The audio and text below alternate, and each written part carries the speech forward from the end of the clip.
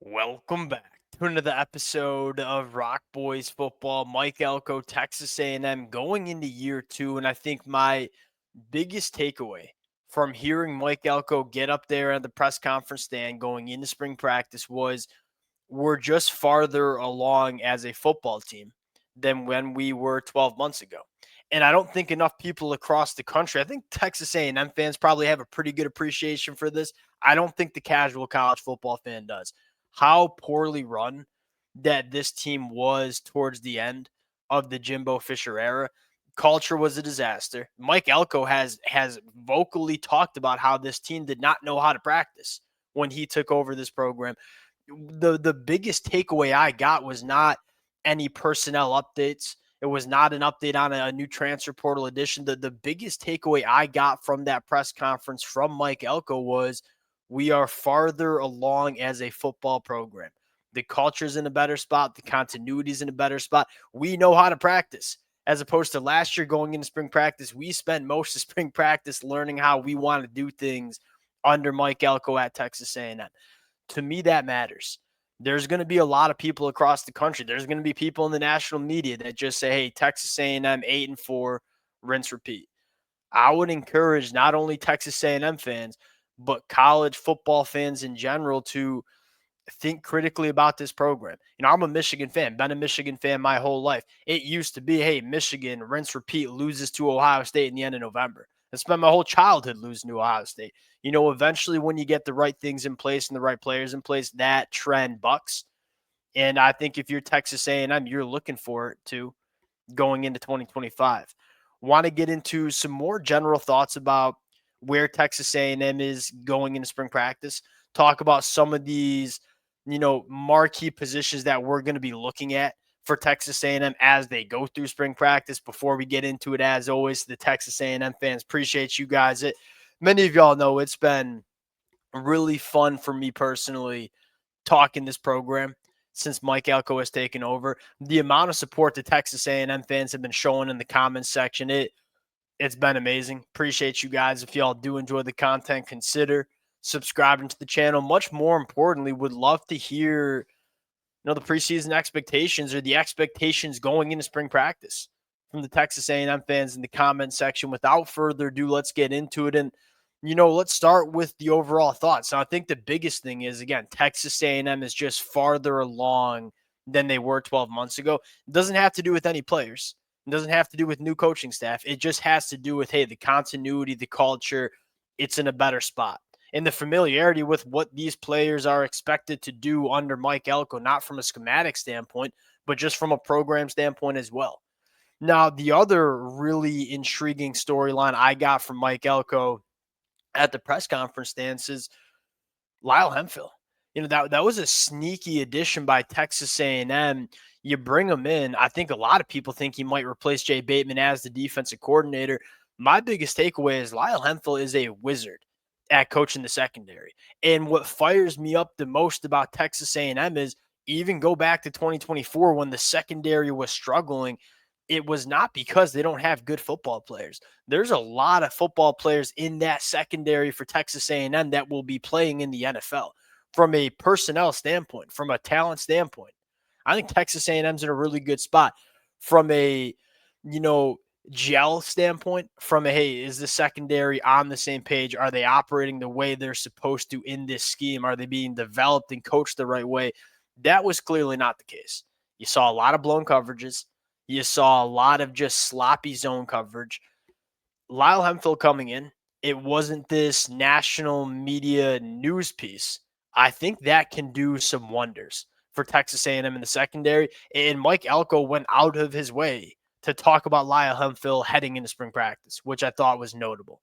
Last thing is this team is pretty healthy, and the guys that are banged up, the guys that are going to be held out of spring are guys that you feel pretty good about. Hey, if they're healthy to start 2025, we know what we're going to get. Le'Veon Moss, Marjay Reed-Adams, those guys we've seen play plenty of football. We've seen them play good football. They've been around for a long time. If they're just healthy and healthy going into 2025, they should be okay. The guys that we need to see develop, they're full go heading into spring practice, which I think is notable as well. Now, getting into the storylines, I think you start with the wide receiver question mark, right? Micah Hudson, no longer with the team that got a lot of national media news, and rightfully so. Micah Hudson, to me, is a special talent, and I think Texas A&M, when they brought him on, expected him to be a big-time contributor in this pass catcher room going into 2025. Now the question is, all right, how good are we good enough at wide receiver heading into the 2025 year? It was very clear that Texas A&M has a lot of confidence in Marcel Reed at quarterback. This run game should be pretty good behind a veteran offensive line and a really good running back group. The question is, do we have enough around Marcel Reed for him to be maximized in the 2025 year? That question is probably a little bit more real heading into spring practice with the absence of Mike Hudson. Now, you have a bona fide wide receiver one in Casey Concepcion. You have a guy that, Mike Elko shouted out individually in Mario Craver. To me, the biggest one to monitor is Terry Bussey. Now, let's remind Texas A&M fans, like, what was the storyline with Terry Bussey heading into his true freshman year in 2024? Mike Elko noted he comes in the summer, so he was not in for the winter, was not in for spring practice. He comes in for the summer. He's dealing with some injuries, and he's playing defensive back for most of fall camp, and then makes the transition to the wide receiver position halfway through fall camp. So you're getting a guy who's a true freshman in the SEC, who spent a decent amount of the summer and fall camp banged up, and then switched positions a couple of weeks before the season started. Terry Bussey, towards the end of 2024, you saw why he was a five-star prospect coming out of high school. To me, he is that name that you're talking about, a guy that could break out, a guy that could be a legitimate difference maker in this pass catcher room going into 2025. It's Terry Bussey. You know what you have with KC Concepcion. You know what you have with Mario Craver. What is Terry Bussey going to be in 2025? Full winter workout period. He's going to have a full spring practice. He's going to have all the fall camp playing one position. And the other crazy part about it was, and Terry Bussey played quarterback for his high school football team. He did not have any experience as a pass catcher coming out of high school. And so what does it look like for him to have a full year of being healthy, working at one position? We could be looking at a all-conference wide receiver in the 2025 season. So, yes, there may be some heightened concern with Micah Hudson leaving the program. Terry Bussey, Ashton Bethel-Roman, Isaiah Williams, Ernest Campbell, true freshman Jerome Miles coming in. There are a lot of potential answers in this pass catch room, and to me, I think it's a no-brainer. You are clearly better at this position than you were in 2024. Now it's how good can we be? The second storyline is this offensive line taking that next step. Now, I think what was really encouraging for a lot of Texas A&M fans is Adam Cushing did a great job with this unit in 2024. It was a dreadful unit in 2023. I believe Steve Adazio was coaching it. Adam Cushing's a massive upgrade. You saw this offensive line get better, and now you return everybody on that offensive line, along with some guys coming into this program like Lamont Rogers, or a couple of young guys like Blake Ivy, who could give you some quality depth and potentially push for a starting spot. The line of scrimmage play from a talent and depth standpoint and from a continuity standpoint is in a really freaking good spot going into the 2025 year. That's another thing that stands out. Can this offensive line that got better from 2023 to 2024, it was a solid unit. Can it not be solid? Can it take that step? And can it be a great unit? Can it be a unit that Texas A&M can rely on to win you football games in the 2025 season? We all know what the recipe is for Mike Elko. He wants to run the football effectively and play really good defense. Well, it starts up front with your offensive line, because we know Marcel Reed gives you a lot of juice as a quarterback in the run game. And we got two really good running backs in Le'Veon Moss and Ruben Owens that if you give them a good offensive line in front of them, this rushing attack will be good. Last thing, defense. Does it get better? And so I think there will be a lot of college fans who maybe aren't Texas A&M fans, but college fans that see me getting up here and saying, all right, hey, maybe the defense gets better going into 2025. How could you possibly argue that when you lose a guy like both the Shamars, a guy like Nick Gordon? You lose some really good football players specifically on the defensive line. And I think it's hard to argue that the defensive line gets better going into the 2025 year when you lose that kind of talent. But as an overall defense, can you take that step? Lyle Hemphill coming into the back end.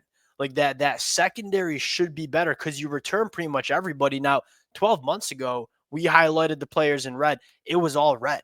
And even if it wasn't a red player, even if it was a guy that was on the 2023 team, they were still new to what Mike Elko, Jay Bateman are trying to do.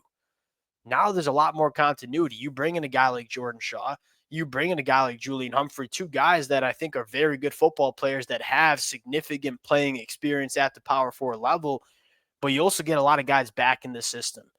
Des Ricks, Will Lee, two guys that are NFL type cornerbacks in terms of the talent and physical traits that they have. From a personnel standpoint, you probably get worse on the defensive line. The question is how good, how much of a step back is it? But everywhere else, especially because of the continuity, I mean, no new names. These are all guys that have been within this program for the last 12 months now. That's big for Texas A&M taking that step. What does the defense look like in spring practice? Do we hear about a little bit more consistency from the secondary? Is going to be worth monitoring for Texas A&M fans as well. I like it. And y'all know since Mike Elko took the job 18 months ago, maybe a little less, say 13, 14 months ago, I'm a Mike Elko believer. I think he's going to do, and it was never going to be 0 to 100. It was never going to be a quick fix. It was going to be, hey, we're going to do it the right way, lay a really strong foundation and build upon it. Can we see that building start going vertically? I think he laid the foundation in the 2024 year. Can we start building up now going into 2025? You make no mistake about it. The way Texas A&M has acquired talent, from the high school recruiting trail, supplementing in the transfer portal, I'm not necessarily getting up here and picking them to make the college football playoffs. They have the adequate talent to make the college football playoffs, and there's just not that many college football teams that have the ability to say that. And Texas A&M is one of them. And now it's about elevating and coming together here. Going to be a fun spring practice. Appreciate you guys rocking with it. If y'all do enjoy the content, consider subscribing to the channel. Appreciate you guys, and we'll talk to y'all later. Peace.